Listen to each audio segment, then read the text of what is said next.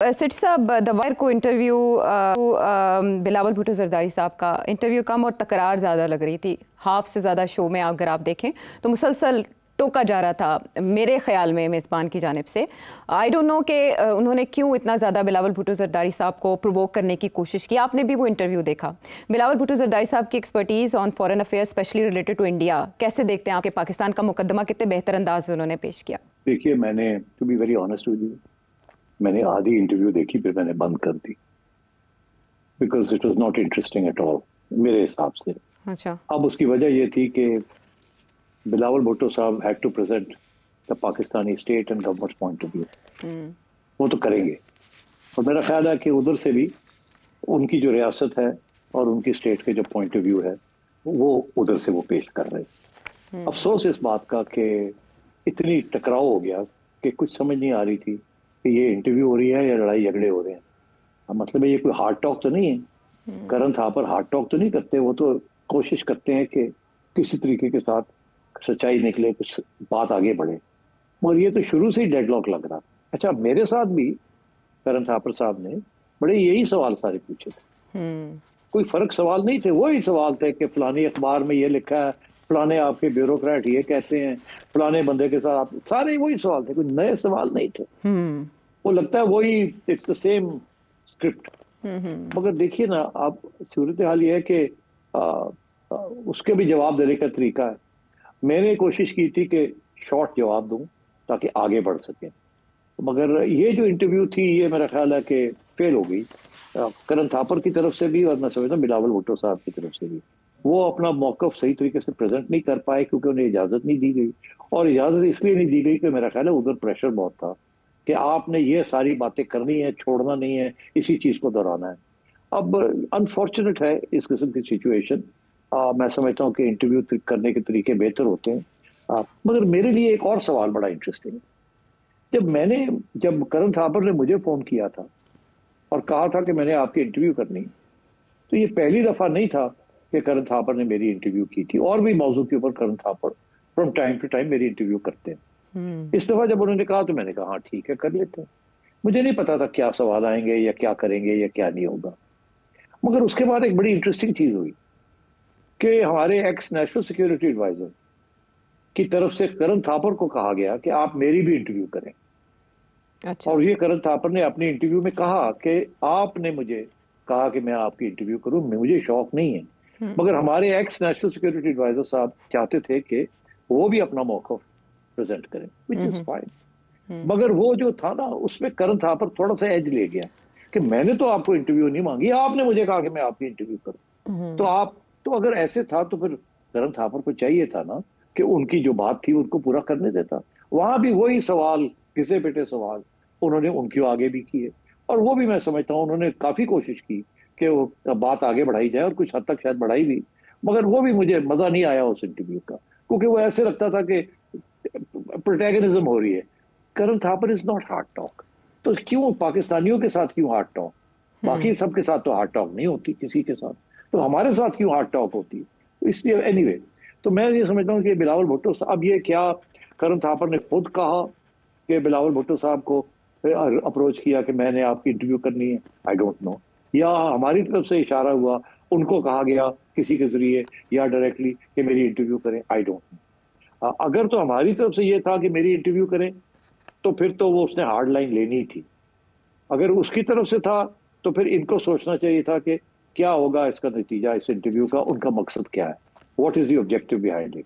तो इसलिए इस किस्म के इश्यूज खड़े हो गए थे। But anyway, I did not enjoy that interview. I think Bilawal Bhutto साहब इज वेरी आर्टिकुलेट, बड़े कॉन्फिडेंस के साथ बात करते हैं और मुझे बड़ी खुशी है कि वो सारा वक्त स्माइल करते हैं और फ्रस्टर नहीं होते। उनको बड़ा प्रोवोक किया करण ने, मगर वो फिर भी प्रोवोक नहीं हुए उस तरीके के साथ। अब मैंने करण की इंटरव्यू से देखा है एक दो लोग उठ के चले जाते हैं,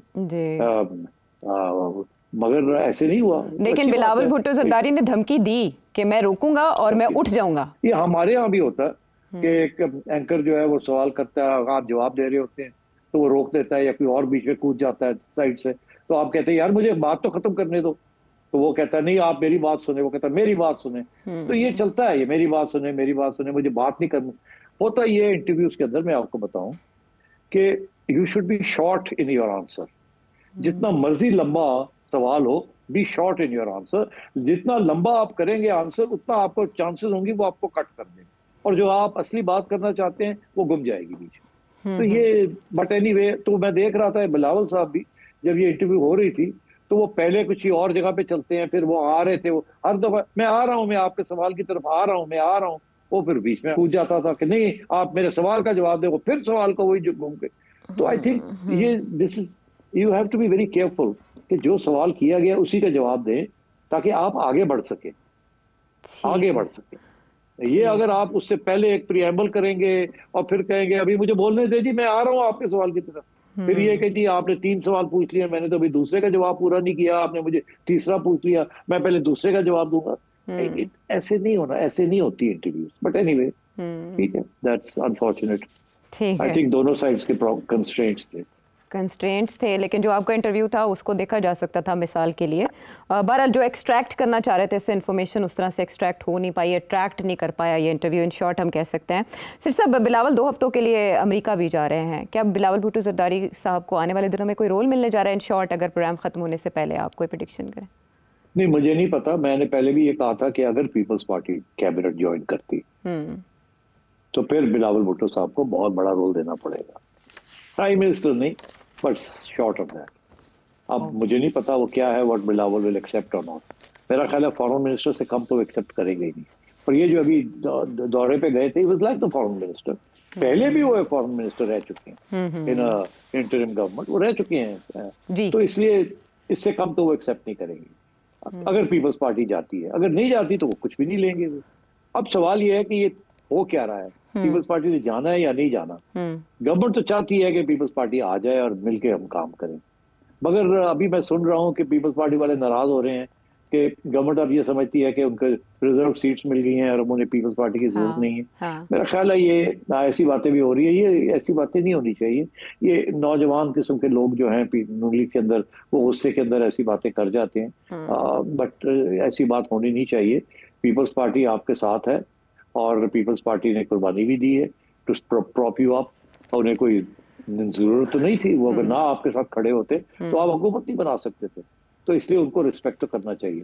but at the same time I think Peoples Party को भी, उन्होंने भी तो अपना, जैसे कहते हैं ना, पाउंड ऑफ फ्लैश तो ले लिया है ना, 2 गवर्नरशिप्स ले ली है और बहुत कुछ लिया है उन्होंने, तो और प्रेसिडेंसी भी ले ली है। बाकी ये है कि प्रेसिडेंसी के ऊपर प्रेशर है कि नहीं है। देखिए मैं आपको बता दूं एक बात, वो पुरानी बात को छोड़े, वो स्पेकुलेशन जो हो रही है या जो अफवाहें चल रही है, मेरा अपना ये ख्याल है कि प्रेसिडेंसी के ऊपर 2 किस्म का प्रेशर है। ये अब मैं अपना मौकफ दे रहा हूँ, ठीक। अच्छा। एक ये है कि कनाल वाले इशू के ऊपर उनका ये ख्याल है कि हमें, एस्टेब्लिशमेंट के लोगों का ये ख्याल है कि हमें तो प्रेसिडेंट साहब को हमने डिस्कस किया था, उन्होंने ओके कर दी थी कि ओके ठीक है, मुझे कोई इतराज। बाद में सिंधी नेशनलिस्ट खड़े हो गए और वहां उनका ये ख्याल है कि शायद इशारा किया गया कि आप खड़े हो जाए, हम तो नहीं हो सकते, फिर हम आपके साथ मिल जाएंगे, इसलिए सबोटाज कर दिया इस प्रोजेक्ट को। और वो समझते हैं कि ये पीपल्स पार्टी की लीडरशिप ने सोच समझ के किया। पहली बात, ये उनकी सोच है। अच्छा। मेरी सोच नहीं है, ये उनकी सोच है, जिसकी वजह से वो थोड़े से नाराज है प्रेसिडेंट साहब को। दूसरी बात, तो एक तो कैनाल इश्यू है, दूसरा है कि एनएफसी अवार्ड, सबसे ज्यादा ऑपोजिशन एनएफसी अवार्ड की पीपल्स पार्टी से आ रही है। केपी से आती है थोड़ी बहुत, मगर that's not a major issue. Peoples Party 18th amendment, ये प्रेसिडेंट साहब का, आसिफ जरदारी साहब का सबसे बहुत बड़ा तोहफा है पाकिस्तान को, प्रोविंशियल ऑटोनॉमी के लिए, और उनके लिए सिंध इज वेरी इंपॉर्टेंट। तो उनकी पार्टी रह गई है ओनली इन सिंध, बाकी जगह पे वो नहीं है, डायरेक्टली इलेक्टेड नहीं है। तो अब इसलिए उनके लिए NFC award is very critical, इसलिए वो हिल नहीं रहे उसके ऊपर। और हमारे इस्टेब्लिशमेंट और हमारी आज की गवर्नमेंट वो ये समझती है कि एनएफसी अवार्ड को चेंज करने की जरूरत है, बिकॉज अब पैसे जो हैं फॉर डिफेंस और डेट पेमेंट वो नहीं मिल रहे फेडरल गवर्नमेंट को, इसलिए शेयर्स जो है वो कम करने पड़ेंगे और फेडरल गवर्नमेंट की किटी बढ़ानी पड़ेगी, बिकॉज अब डिफेंस एक्सपेंडिचर्स भी बढ़ रहे हैं, डेट पेमेंट्स भी हो रही हैं, so on and so fourth. तो ये 2 मौकफ हैं, मगर एनएफसी अवार्ड को छेड़ना जो है ना is going to create a problem.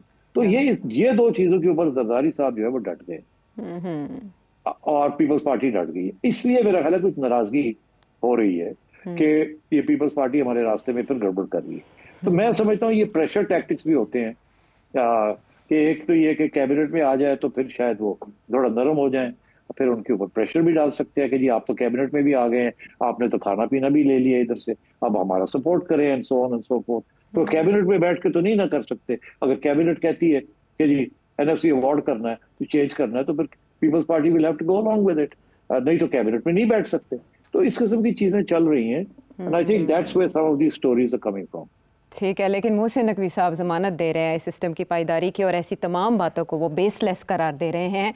System की गारंटी मोहसिन नकवी साहब की तरफ से क्यों आई, ये भी मेरा आज का सवाल था, लेकिन वक्त हो गया ख़त्म, तो आइंदा के लिए उठा रखेंगे ऐसे बहुत से। सिर्फ ये कहूँगा मोहसिन नकवी साहब की बात पे गौर करें।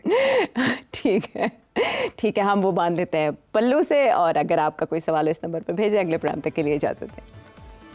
Thank you.